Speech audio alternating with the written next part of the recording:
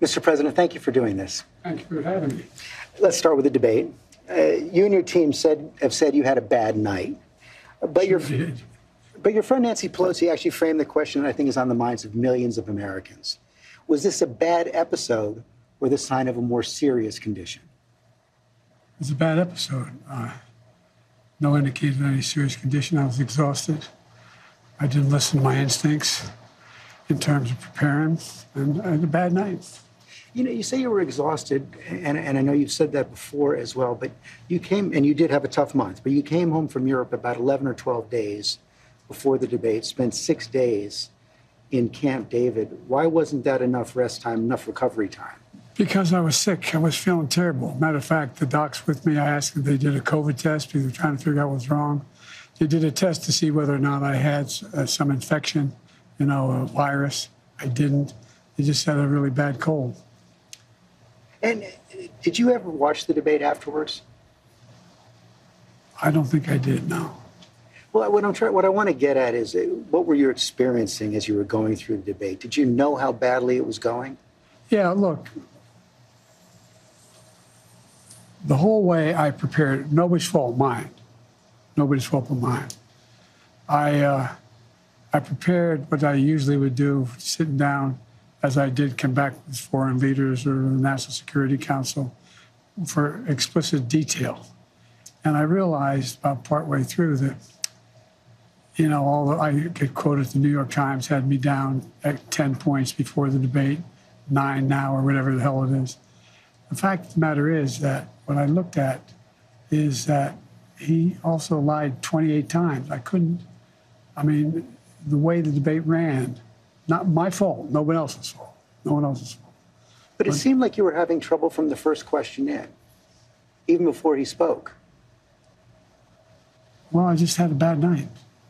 You've had some bad interviews once in a while. I can't remember any, but I'm sure you did. I've had plenty. I guess the question, the problem is here for a lot of Americans watching is you've said, going back to 2020, watch me, to people who are concerned about your age. And, 50 million Americans watched that debate. It seemed to confirm fears they already had. Well, look, after that debate, I did 10 major events in a row, including until 2 o'clock in the morning after that debate. I did events in North Carolina. I did events in Georgia. Did events like this today. Large crowds, overwhelming response, no slipping. And so I just had a bad night. I don't know why. And how quickly did it come to you that you were having that bad night? Well, it came to me as having a bad night when I realized that even when I was answering a question, even though they turned his mic off, he was still shouting. And I let it distract me. I'm not blaming it on that. But I realized that I just wasn't in control. But part of the other concern is that this seems to have fit into a pattern of decline that has been reported on recently. New York Times had a headline on July 2nd, Biden's lapses are said to be increasingly common and worrisome. Here's what they wrote. People who have spent time with President Biden over the last few months or so said the lapses appear to have grown more frequent, more pronounced, and after Thursday's debate, more worrisome. By many accounts, as evidenced by video footage, observation, and interviews, Mr. Biden is not the same today as he was even when he took office 3.5 years ago. Similar reporting in the Washington Post and the Wall Street Journal.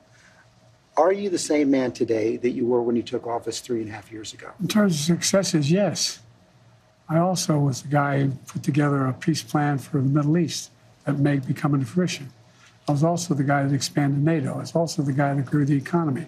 All the individual things that were done were ideas I had or I fulfilled. I moved on. Of course, that's an excerpt of George's interview with the president. And joining me now is ABC News senior congressional correspondent Rachel Scott. Rachel, glad to have you with us. Thanks for me. We saw a defiant president tonight, doubling down in many ways. How is this playing with all of your sources tonight? Democrats were on edge, Juju, when they were watching this in real time. This is arguably one of the most important interviews that President Biden has done in his entirety of his political career. So a little bit of a mixed bag tonight. But what I'm hearing from Democrats is that no, the president didn't do as bad as he did necessarily on that debate stage, but that doesn't mean that things are going to take a sharp turn in the right direction for him, that the momentum is going to continue to grow. One thing that I heard from one Democrat right after that interview ended, they said the word denial. They said that they felt like the president was really in denial about the polls, about the direction that this race is headed in, and that though he cares about the stakes, he's not really coming to grips with what it means for him to stay in the race and continue on.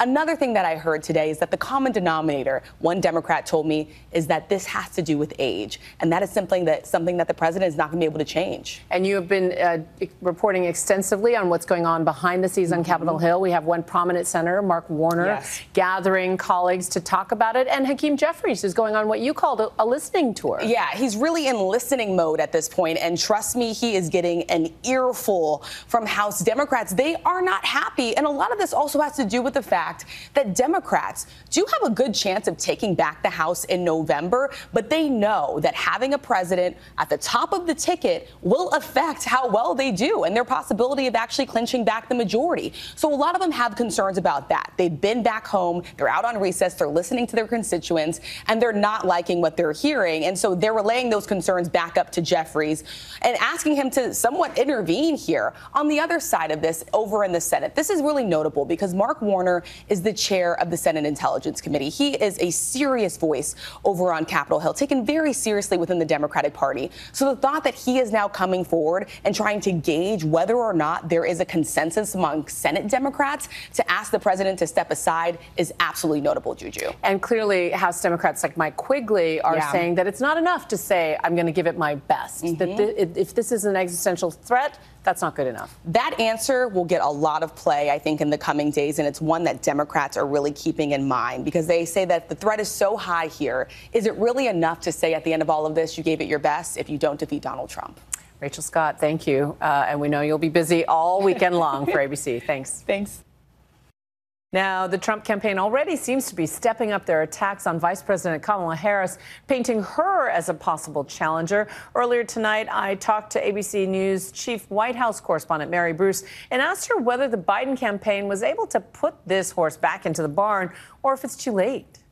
That is certainly the question of the night. I mean, the Biden team certainly is hoping that this interview, along with his public appearances and his plans for the next coming days, will be enough to right this ship. And of course, the Trump campaign, no surprise here, they are relishing this moment and all of the attention and questions about the president's age and mental fitness and acuity. But look, the Biden campaign is hoping that if they can just stay the course, that this too shall pass. They really do feel very strongly that this is all being overblown, that the president has been underestimated before, that he has shown that he can come back and win. And they think that this is just another one of those times.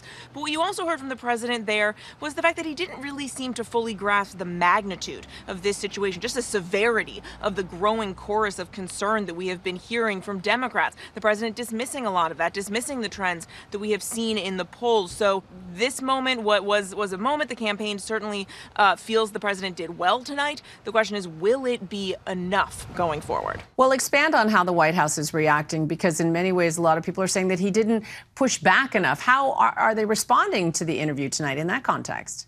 They're responding with just one word, and that is strong. They feel that the president did what he needed to do to come out and answer these questions. He, as you noted, admitted, yes, look, I had a bad night. The issue is that what you're hearing from Democrats is that they're not worried that he had a bad night. They are worried about the president's ability to do this job for another 4 years, and perhaps more importantly than that, his ability to win. And the president didn't really want to hear any of that. You know, when George pushed him and said, what will you do if Democratic leaders come to you and say, we really feel that you need to step aside, that we have a better chance of defeating Trump without you at the top of the ticket. And the president sort of joked that only the Lord Almighty could make him step aside. But the question is really, the president and those Democrats that are pushing back, they have the same goal here, right? They want to defeat Donald Trump. They just clearly disagree over the best person to do that.